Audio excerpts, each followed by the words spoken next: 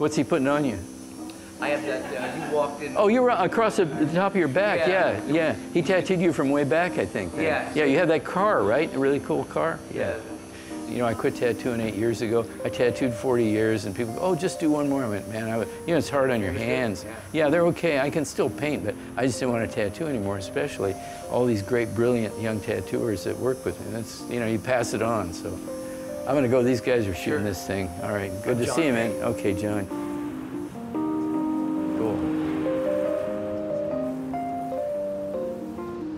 That guy and I are about the same age. We were talking about the way the city used to be, you know. You mainly want to hang out with old farts and reminisce when you get to this stage.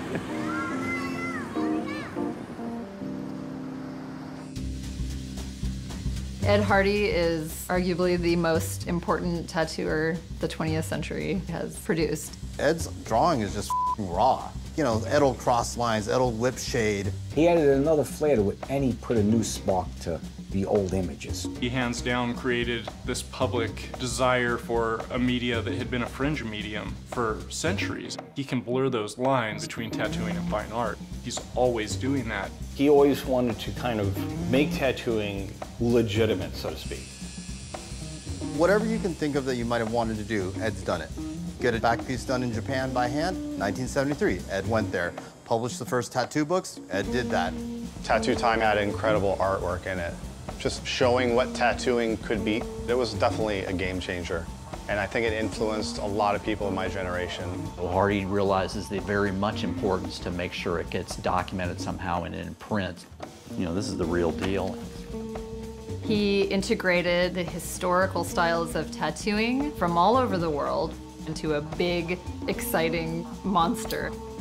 He had so much roots and foundation in all of the art and application, and he'd come up with stuff that's totally original, that he wasn't copying or taking from anybody. Hardy's passionate about a lot of different things, but one that he is not as well known for is his art.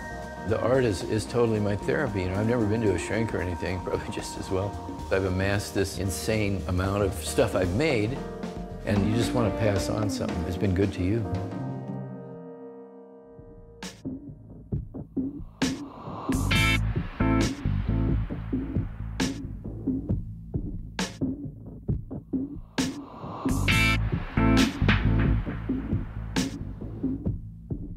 This was a log when I started my first shop, my daily reminder of 1968.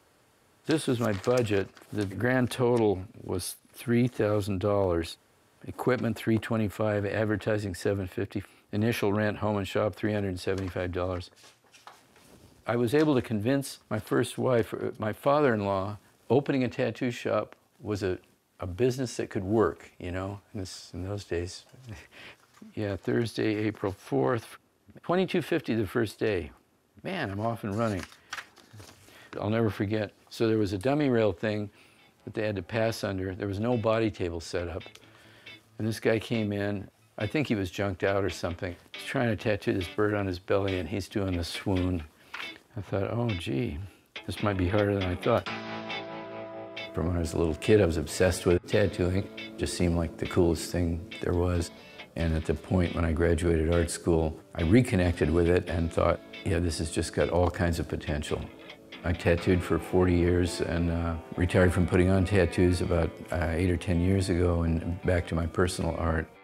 And the Ed Hardy brand, I bet some people don't even know that's like tattooing. No, no. And then for a lot of people in tattooing, it was like, oh my God, you know, I can't believe he did this. Yeah, the sellout, like that asshole, you know.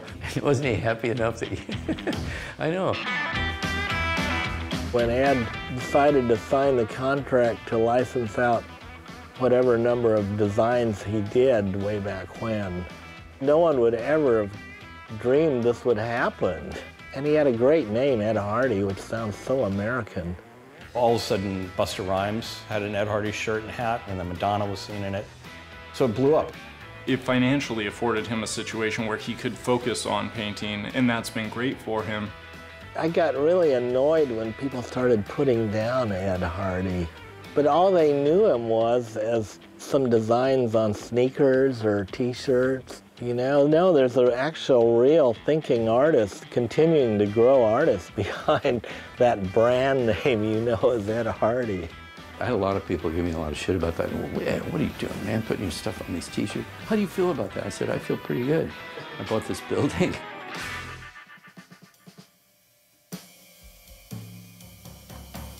One of the things that's fascinating to me about Ed and his family, his mom particularly, is that she kept everything, and that's become a family tradition. He meticulously records everything, and he's always got a journal on him. He's always writing all of this stuff down, and he keeps a record of all this stuff, and it's really incredible. Super conscious about my legacy and everything, and I'm old now, and I don't know how long, you know, I'll be around to kick this stuff over, so I don't want to piece it out. I want it to go someplace. This was just a big ego rub for me. I want to just showcase all my art. I just thought, well, it's been a really interesting life, all this stuff happening, and because I've saved it all, you know, it'd be nice to chronicle it. Art never seems to make me peaceful or pure. I always seem to be wrapped in the melodrama of vulgarity.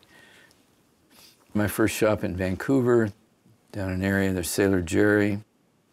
This guy, Hong Kong Tom, that had the lead chair at Burt Grimm's, knew he'd work with Jerry, and I kept saying, but I want to know more about Jerry. And he'd go, ah, he's a trip, he's a trip. And one night, we were hanging out with Tom, we're smoking weed, and we went over to his apartment, and he broke open his foot locker. You know, the tattoo, we always kept all our stuff in trunks. And he came out with these color photos of Jerry's work, which included like these cranes. No one was doing tattoos like that. It was the color, the imagery, the beauty of it, the sort of mastery of the drawing. And I just remember looking at him and went, oh, well, so this is why Sailor Jerry's like everybody talks about him. And he went, yeah, he's a trip. And then this jumps to when I was working in San Diego, and I was really promoting the idea of doing big, unique tattoos. And we were probably clocking, we might have been making maybe $20 an hour or 25, but depend. You know, I was working for Doc Webb. That's where I got my chops up, tattooing hundreds and hundreds and hundreds of servicemen down there. This book, it was the first real book about Japanese tattooing. This book was the first revelation because it was all these classic Tokyo tattooers that were really doing stuff right out of the woodblock prints, 19th century style. The first time I went in Phil Sparrow's, he said, oh, you're an art student? He said, look at this is real art. This book just came out about Japanese tattoos. And when I saw those pictures, basically I thought, well, if they can do it, I can do it. And it was just like thunder in the room, you know, it was so incredibly powerful. The key connection was Kazuo Oguri, Horihide in Gifu City. Oguri came over from Japan, and we all stayed at Jerry's house just over a 3-day period. And then when I saw this handwork firsthand, it was just like 3,000 years on the head of a pin. You know, we'd never seen anything like that. It was cosmic. And right away I thought, getting a souvenir. I said, would you do my back? And I was fixated on this one image from a Kuniyoshi print. It was just amazing, and he said I could come and work with him. So that's it, man. Ed had a very strong focus on Japanese tattooing. He helped introduce that style to the United States. There's only been a few non-Asian artists that have perfected the Japanese style to where they can take that stuff and make it their own. Did you bring it? Yeah. You want to get a shot of it? Yeah, what the hell? Okay.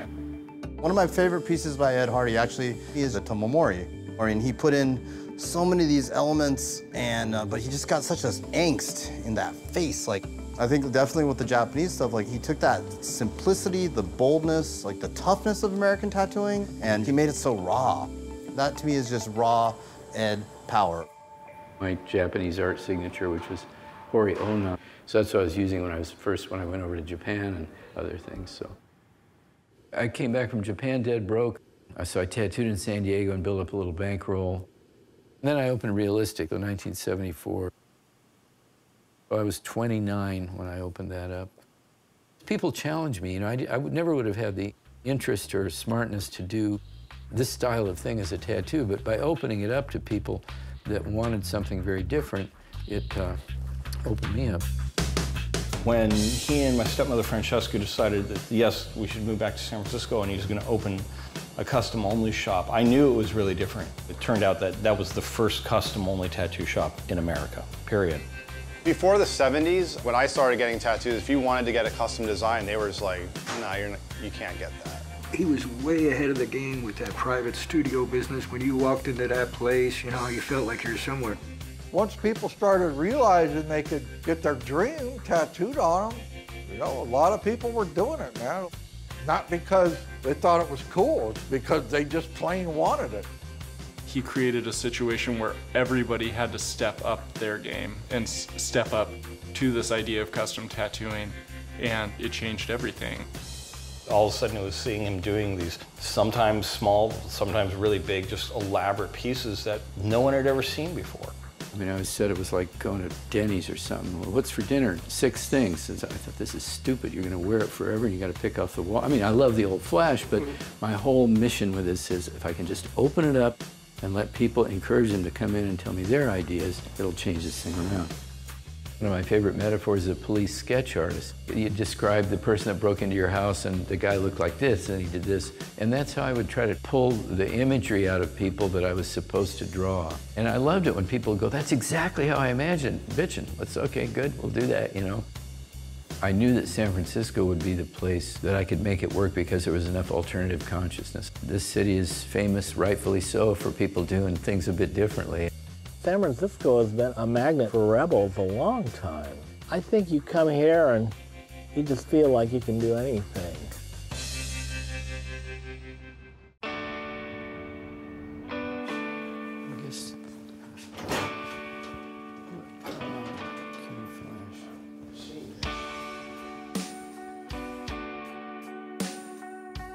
That's my first publicity. Small town, they published a newspaper once a week. And all these kids started walking around with these really good-looking tattoos that my buddy Lenny and I were doing with colored pencils that you could put into water, and then it turned them into watercolor. And then Lenny's mom suggested Maybelline eyeliner for the outline because the black would stay on there. And then we just kind of segued into it, like, let's do tattoos on neighborhood kids. And we set up a little toy shop in my house, and those are our licenses. Those are 5th grade pictures. Lenny's dad had a bunch of tattoos from World War II. He was in the Navy. At 10 years old, I just thought, that's really far out.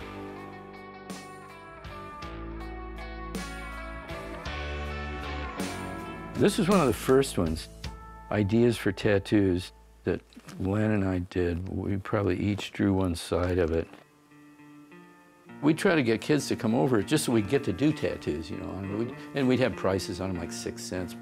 And I drew these tiny because we were all little, but we didn't care. We just wanted to be able to do the tattoos.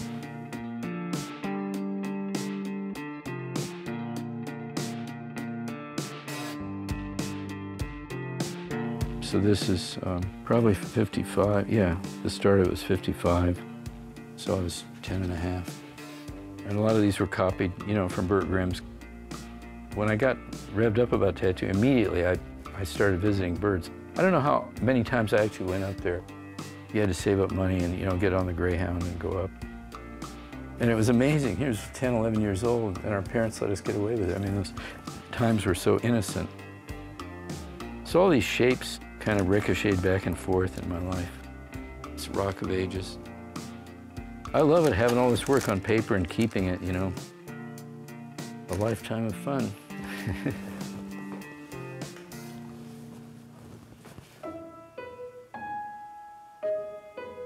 This is my room, which was painted black, ultra hipster, modernist painting. I lost all the series of art that I did at that period somehow. I remember I tore up an enormous amount of work on paper one day. I was drunk, and my mother was pleading with me. She said, please let me keep it. And I was like, no, this is my student work, you know, Mr. like so conscious, right? Were you drinking every day when you were a teenager? I tried to.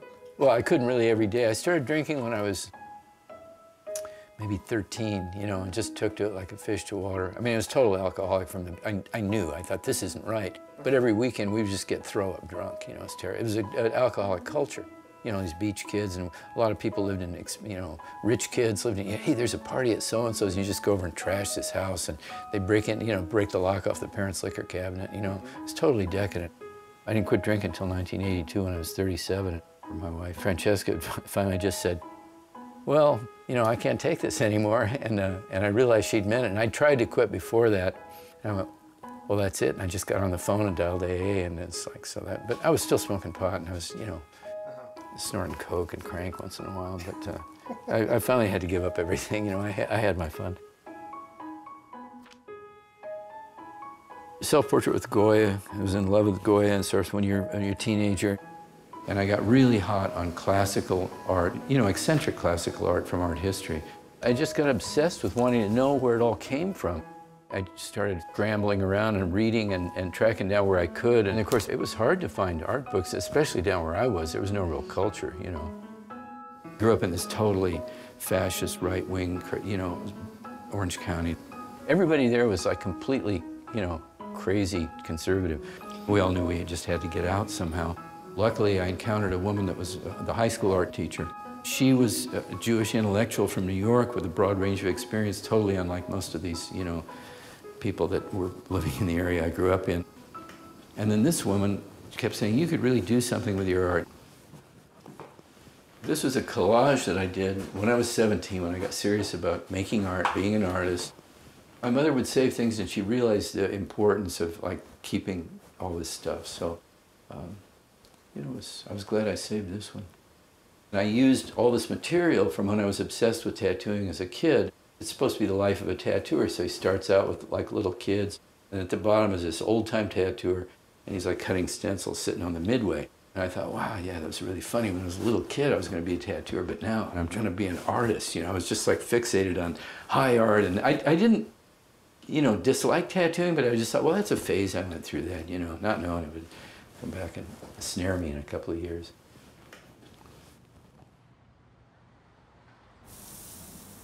Well, your haunts here on Russian Hill, Don. That's right, the zone, the old zone, the old home zone. Yeah. From way back.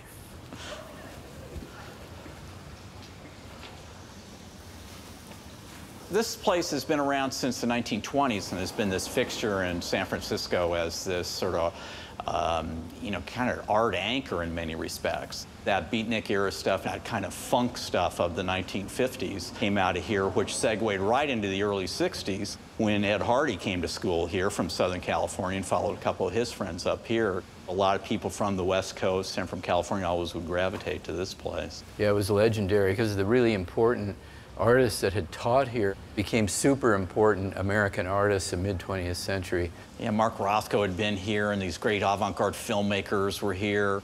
General feeling here was that people were just doing it because they couldn't not do it. They were compelled to do it. I'm going to make this art that looks like this and find like-minded people, and no kind of careerism or all the bullshit that runs the art world today on a global level, which is also why I think tattooing has become incredibly important, and it offers people a way to make their art, or people to collect their art, and to connect on some really primal kind of human levels that don't have anything to do with commodification. I love the fact that people would say, oh, well, your art won't be in the museums. I went, no, man, it's all going to be dead, but that's okay, you know. So, but then now we're making stuff that on things that might last. So. This is where you worked as a student. Yeah, that's actually where I met one of the people that were from Vancouver that led me to move on up to Canada. You know, I got to meet these people from BC, and I was just starting to tattoo then, so. I didn't know that. Yeah. And then Friday, you're going to the Legion. Friday morning, we're going to the Achenbach. That's going to be fun. Yeah, very fun. Good. Hi. With the printmaking, there's a conceptual aspect, but basically, it's work.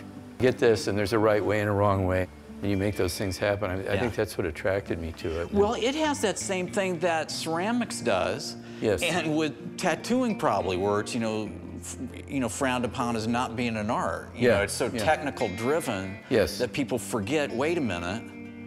Yeah. You know, this is the real deal. It's the real deal, yeah. It's something that's measurable, you know. Great drying racks. Nice, yeah. There was a whole thing, too, about the macho aspect of, like, the sculptors and then the painters. They were always, like, really dirty. You really knew they were a sculptor. It was corny, and like, oh, that guy's a painter because he's left all this paint on his pants, you know. And, I mean, some were doing good work, but a lot of it, there's just so much leeway for attitude abuse. I mean, it's like when I told that story with Gordon Cook, stay away from artists. Somebody that's self-conscious about, I am an artist, You know, give me a break, you know, come on, do something real.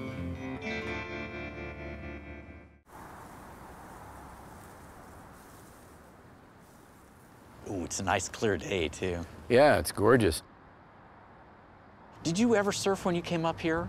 I surfed here for like about a summer. It was so cold, just decided to move to Hawaii, you know. I couldn't take it. You couldn't take it? Couldn't take it. You're soft, Southern That's California right. guy. That's right. I know all those water. pussies down there from Orange County, you know.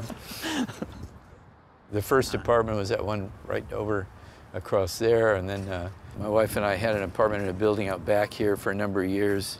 I've always been just magnetized to North Beach, you know.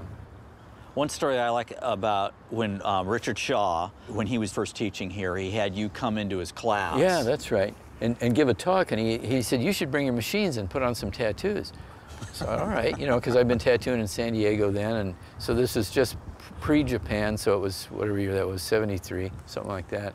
But then I got my gear out, and I tattooed Sean. It was the first pop art tattoos I did. He got a cup of coffee on him, and people just didn't do stuff like that then. I'll tell you, if you ever want to come back and do that same thing that you did in Shaw's class, the students would really appreciate Give a talk. that. Give a talk and bring your kit with you. Yeah, no, I don't tattoo anymore.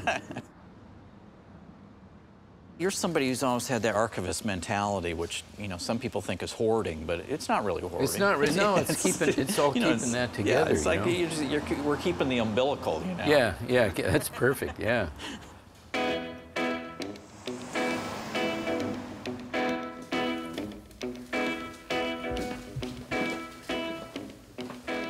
When I came up here to San Francisco, I wanted to do really dramatic things, and I was going to be a lithographer because I liked all this dark, stormy stuff and nuances of washes. But I connected with this guy, Gordon Cook, who was an etcher. He did turn me on to the nuances of like the interior life of what happens when you're just doing very, very everyday kind of things. The relationship between, you know, Ed Hardy and Gordon Cook, you know, I don't think it was like a relationship like a master printer and his student. I think a lot of it was, you know, how to exist in the art world and how to sort of shepherd somebody through to encourage them to continue to make work and be an artist, and he was eager to learn. So this is the city of San Francisco, and it was done on site from Twin Peaks.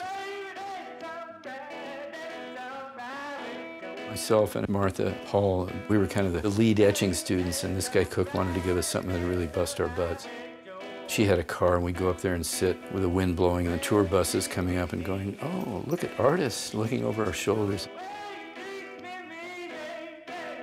I mean, it's like tattooing also, right? There's no go-backs, you know, you just do it and then you etch it and that's it. This was a key image too that unfortunately I didn't save this plate, but I called it Future Plans. So this is 1967. It was when I graduated art school, and I was on a career track. I was accepted to Yale, and I was going to figure I would get a job teaching art. That's all of us figured we could do, you know, and allow us to keep making our own art. And I showed this off at the final student show to tell everybody, because I was kind of a student with promise. I was going to go on, but then I said, well, I'm going to be a tattooer, and nobody had ever heard of that then. Can we look at some of your tattoos? This one is the one I got from Negrete. Mi vida es un sueño. And then when it was my 50th birthday, I got the who, me, duck, so it's a little dialogue thing. My life is a dream, and then he goes, who, me?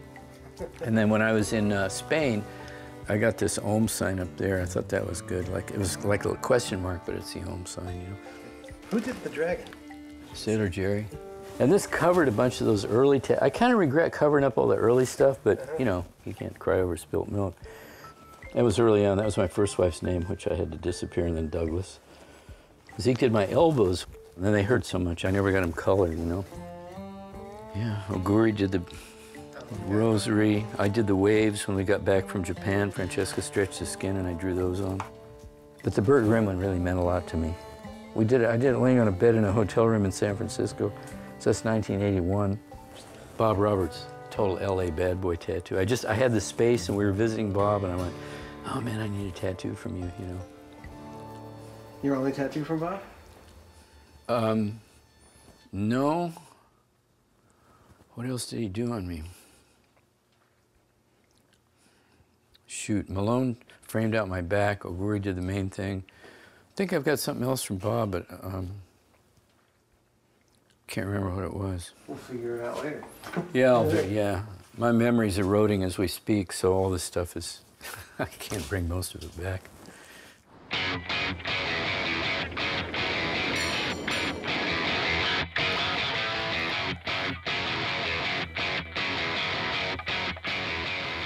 I've known Ed Hardy since the punk days in San Francisco. You could meet everybody instantly. It was such a small scene. I did Research magazine. Modern Primitives was the most popular book I've ever produced. Over a period of years, at least it sold more than any other book I've done. And Ed wanted to do a real early tattoo magazine. And I said, well, I'll do the typesetting. It's right here. It's called Tattoo Time. I did this book on Ed Hardy because I wanted people to know that he's much more than a tattoo artist, that he's a real artist. When I met Ed, I went over to his house and I said, ah, fellow book collector. I have 10,000 books in this house, and he probably does too. He's like the first person I met who was so scholarly about it. Hey there, good to see you. It's been a while, right? Yeah, exactly, the whole deal. I appreciate being able to look up stuff online, you know, but the physicality of having a book, and it's just like you see these things and there's something you can really cling to. That's a Matthew Marks. Right. Can I look at it? Sure. Okay. We'll open it. Books are the only inanimate things really in the world that matter to me, and art's not inanimate. It's got, you know, those are all transmitters in there. It's time to connect with people that I'm on the same wavelength, that we have tremendous, you know, interests and history and things, you know, keeping all that alive, all my teachers, all the painters I've admired. Guston was the main one because I got big on him really in the late 60s, you think? Early 70s. Yeah. All these forms and stories are embedded in me. They're like old songs, you know, or something. Well, I don't have this book, gosh. Come on. It's for sale, right? You sure you don't have this? I might have it. Well, you can always return it, you know that. Yeah. And the nice thing about losing my memory is it's all new. It's like, oh, look at this book.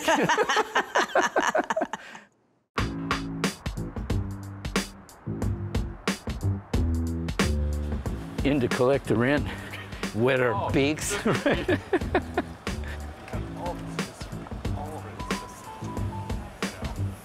Tattoo City, and a lot of great people have worked through there, and now we've got tons of guest artists. Now with this whole fluidity of movement among tattooers globally, it's fantastic, you know, it's really cool.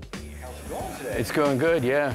The 90s really made San Francisco not just a tattoo destination known among other tattooists, it's like, oh yeah, that's the place to go, but it became a place like the public was becoming aware. Like, yeah, if you want a great work, let's go to San Francisco, let's go to Tattoo City. In the 90s, San Francisco and the Bay Area was the epicenter of modern Western tattooing. And that's because, you know, in the 70s, Ed set up camp here. Oh yeah, my God. Yeah, unbelievable, man. Congratulations. This was the only place I wanted to visit when I came to San Francisco the first time. It was the best place in the world to try and be a tattooer. And one day my phone rang and it was him. The floor dropped out from under me, you know. You don't expect that kind of call to ever come. My idea for the shop was I always like classic shops that are set up very like what I walked into when I was 10 years old, you know, the small stations and a lot of history on the walls. That's a Dr. Lacra piece. That's Owen Jensen. It's one of my Ed Talbot sheets from my first shop. A Long Beach tattooer told me that when he found out I was crazy about Sailor Jerry. And he said, that's one of Jerry's, but it's not really. It is Joe Lieber. And I have maybe hundreds of pages of tracing paper, line work, of pinups and all that. And it's almost impossible to tell their styles apart because they traded all this stuff. This is my original inspiration for the Screaming Gorilla, and that was from Burt Grimm. This is where I used to tattoo. This was my station with Ocampo painting up there. These are my teachers, Sailor Jerry. This is Mr. Kuronuma, Horiyoshi II in Tokyo. It kicks your ass, man. Tattooing is really hard on you. It's hard on you emotionally, mentally, physically, every way. Paul Rogers used to say, you got to pile up your coins. You got to plan to take care of yourself in case you're fortunate enough to get old. I just figured, okay, you can graduate now, you know. More of the Danny Dottie, more things, some of my original Flash, the Ed Talbot stuff. This is from San Diego. These were all Sailor Jerry designs that I repainted. That piece up in the corner is a homage that I painted to Jerry when I came back from Japan, because he died while I was in Japan. So I painted up that memorial, you know, Rock of Ages at the bottom of the sea with the American flag. This was a sheet that was in the window of Fred Thornton's shop that I was obsessed with when I was a little kid. Burt Grimm from the 50s for sure. These were earlier things of mine from, 1968, Ed Talbot stuff from Vancouver. It's kind of a history of everything that was interesting to me, about tattooing.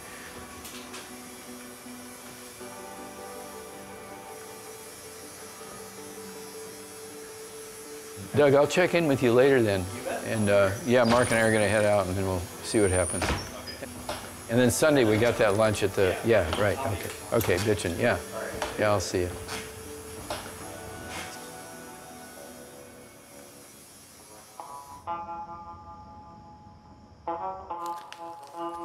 Oh, this is really early. Yeah, this is the first album. Yeah, 74 to 77.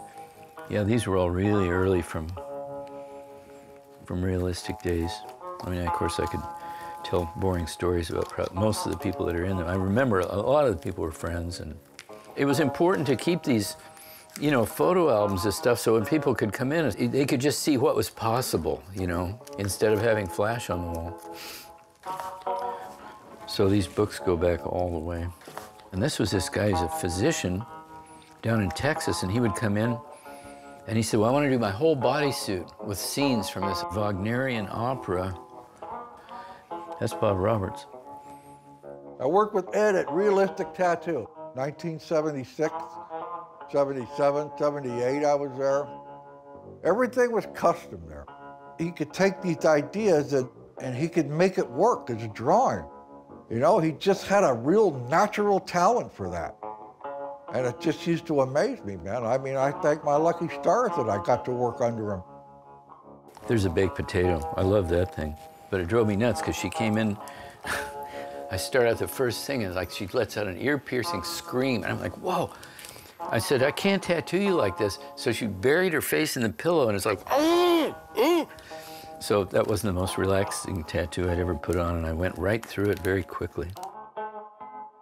People brought me these concepts that I never would have approached on my own, and was a challenge, and took on a lot of things that I know could have been done better by somebody else, but that's about what it is. You just say, well, they want this, and I'll do it the best I can for them.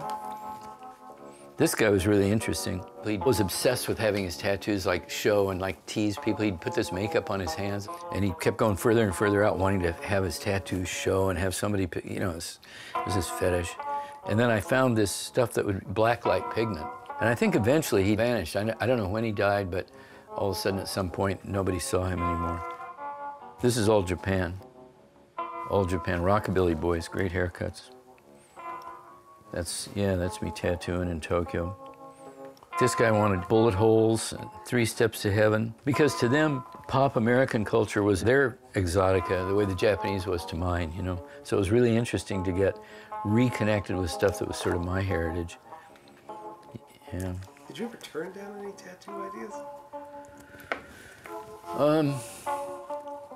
We always said the old saying in the old days, you didn't want to be the only tattoo shop in a town because you wanted to have somebody else that'd be your trash can. Some guy down the street, and you could trouble making people come in and go, oh, I'd love to do that, but my machine isn't clean yet, and you have to go send them down the street, some guy with an attitude coming in or some slob that just isn't, Everybody's got an attitude of sorts.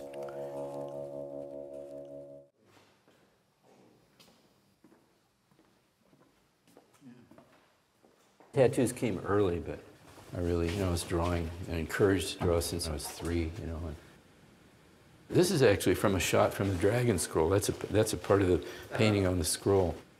I kind of pay attention to the Asian zodiac thing just as a hobby. There's an animal for each year. I thought the millennial year is going to be a dragon year. Okay, I'm going to do 2,000 dragons, and in a continuous piece. A friend of mine built like a roll-through easel thing, and it started it on New Year's Day 2000.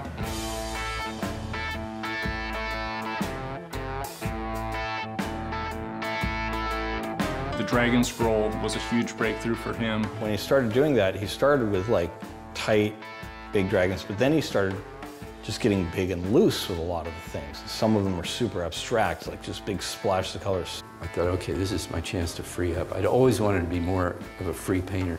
And that gave me the opportunity, and I would just get into like throwing some paint and like, okay, well, that's a dragon there. I think he's just yielding to his subconscious and, well, you know, this came out. It wasn't really me doing it, I'm channeling it. The freedom to be abstract. When you're tattooing, you're working on this very tightly rendered thing all the time. But it's interesting because in the abstract work that he does, he's able to maintain the kernels of these icons that he's used over and over again.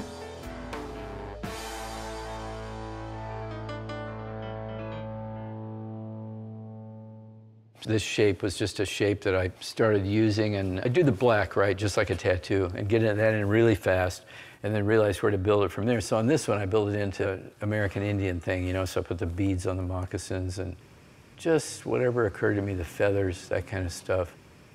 I just like to isolate some of these elements and try to convey the weird energy that they have for me, you know. And then this thing, a late Kuniyoshi thing of a wizard from part of the Suikoden series, and this was a drawing for a guy's stomach piece in the early 1970s. It was a key image for me. And did this, I thought, well, I'll turn him sideways, you know. So this is basically that image. You see the hands locked. I mean, it's not like the tattoo. Like you start the tattoo and then you get in it and you do it and it's done. But with the paintings, you know, the paper doesn't care. But it's working out better for me to slow down and take my time on some of these and really think, well, what's going to make that finish out? Because nobody's got a gun to my head about doing it. It doesn't have to make sense. I don't want it to make sense, you know, and I don't want it to be an identifiable story. I want it to just function as, well, what's that? And well, it's a painting. That's it. I don't do them to like save the world or anything. I just want to make this stuff. Anyway, the printmaking, I got into printmaking in Chicago, revived it after being away from it for years. And these were actually done in Japan with Paul Maloney. He's a master printer. He turned me onto a lot of etching techniques that you could do more like brushwork. And I just made them up as I went. This one, I've always loved the gorilla thing, you know. This is from Bud Shark. This is lithograph. I still think it looks awkward. It's not, something's not right about it, but there it is. This is a painting that I'd done that I really liked and actually regretted selling because it was kind of a breakthrough of making a figure up out of traditional Americana tattoo. That was my idea of making up things of components to just get the form that you would need for a forearm or whatever. And then this was based on very much Burt Grimm style swallows that Burt would do as frame outs on a lot of those back pieces. All these things were drawn in one shot. And just went, okay, I'll do this. There were no prep drawings, it was just out of my head. They're all responses to whatever's in front of my face, I guess, when I'm, you know, creating the plate. I'm conscious of my age and what I've done with my life, and then, of course, I've amassed this insane amount of stuff I've made. You don't do this as a selfish thing. You want to see it passed on. You want to see other people exposed to it. It's not the fame or anything. It's just to pass along what my teachers passed along to me. So recently, I got the idea to call this Achenbach Foundation the prints and drawings at the Legion of Honor Museum, where I studied a bit when I was in art school, and they loved the idea, and so we're kind of giving them essentially one impression of every print that I ever made. And it'll be great for me to have that legacy, of have it in a place where people can see it.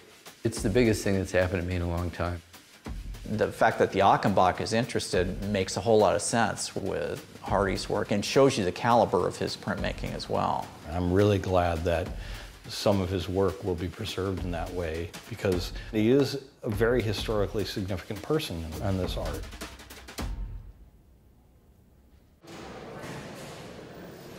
Hi. Hi, I'm Max Hardy. Hey, Max, yeah, Don. I'm really so excited. I'm really, this is wonderful for me. Fantastic.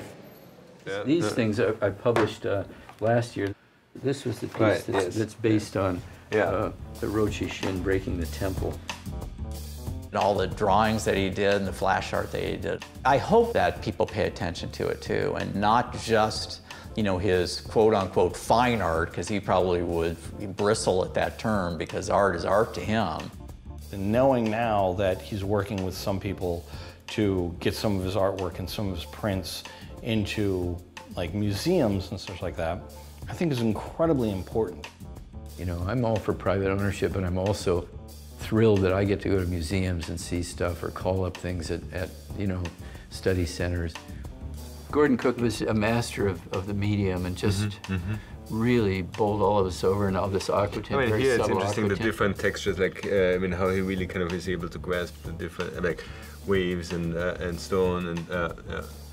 I mean, this could be an Ed Hardy character, I mean, like, I mean, obviously, but this is obviously on the other hand deeply rooted in its own iconography that we are not so accustomed to.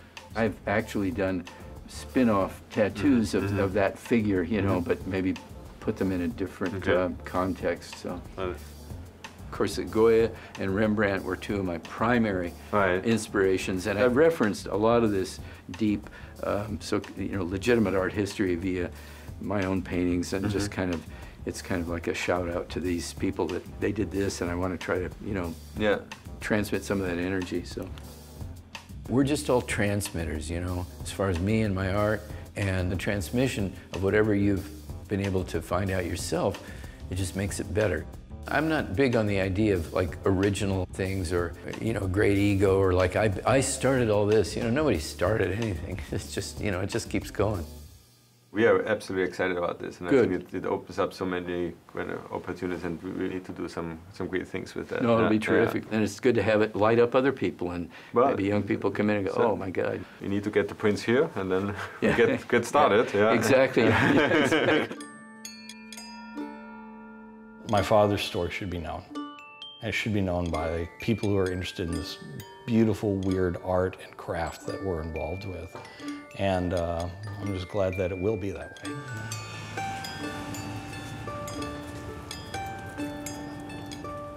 You're a good boy. I think it's really cool to see that childlike joy in a man who's had a career as illustrious as his. He is a collector. He is an archivist of that, you know, tattoo history. He's a walking Smithsonian when it comes to that. Him and his compatriots, everything pivoted around what they did. Nobody has single-handedly done more for the promotion of tattooing worldwide. Every artist wants to do something original and advance their art and their craft. And Ed knows that, and he did it. He's a leader. This drawing I found that my mom saved, I think I was maybe 3 or 4 when I did this. My masterpiece was done by Donald. He said it's one of his best masterpieces. Retirement doesn't mean sitting around, you know, and watching wrestling. Retirement means more time to do my own art. I'm excited about everything. I'm proud about everything that maybe I had a little hand in of bringing things along for people to develop what their personal, you know, like one of my cards, wear your dreams, you know, that's the thing. That's what you want to do. There's nothing more important than creating as much art as you possibly can before you croak. I think that's the meaning of life.